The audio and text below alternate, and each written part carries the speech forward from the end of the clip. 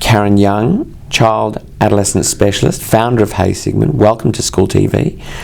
Karen, do you think happiness is a useful concept? The concept in itself, there's no problem. Where I think the problem is this expectation that we should be happy, because all of our emotion exists for a reason. And if there's an emphasis on happiness, especially for our children and teens, it can actually bring shame or a need to bury other emotions, which causes trouble, because emotion it's got a job to do. All emotions have a job to do. They're to alert us to a need. And if the big focus is on happiness, then I think that we are potentially missing important information and important opportunities for our children to learn what they need, and that signal from, if I'm angry, what's that telling you? You've probably missed out on something important. When you're sad, that's okay. That's probably signalling that you need to withdraw for a little while and recoup, or get some support, or talk to somebody. It's all okay. And my concern is this emphasis on happiness is turning us away from the importance of all the other emotions and the validity of all the other emotions. They all exist for a reason. What is gratitude and why is it important? Gratitude is really important. One of the things gratitude does is it starts to put it shifts our focus towards positive memories or experiences that don't even need to be ours. And the reason that's important is because how we feel, so whether it's anger or anxiety, is fed by wherever our focus is, our memories or experiences, and they actually don't need to be ours. So that can be fed by what our kids are hearing on the news, on what they read in social media. And there's a lot to be anxious about. There's a lot to be to this comparison and this fear of missing out, and that I'm not good enough.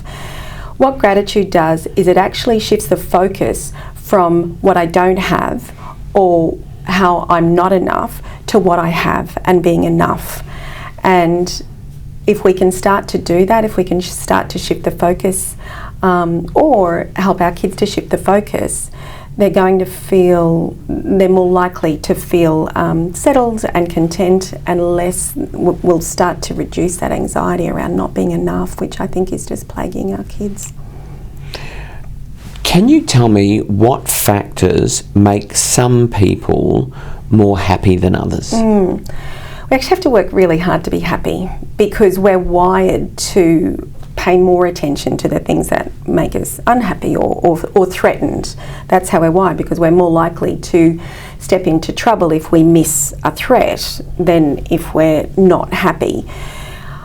I think for some people, they are just more able to focus on the things that make them feel good, or the things that they have, the things to be grateful for, whereas some people tend to be wired more to pay attention to potential threats or the information, the negative information in the environment. But we can change that, and that's something we can change. We know we can change that, but it does sometimes have to be an active shift. So rather than talking a lot about the things that are going wrong or how I'm not good enough, it's that shift towards optimism. We still need to validate it. We don't just need, we want to catch that and validate that sometimes things are miserable, but then there also needs to be that focus on, well, tell me what you can do. Tell me what a good day would look like. Tell me what it would be like if you could get through this, or if you went to school today and you actually didn't worry about who you were sitting with at lunchtime, what would that look like?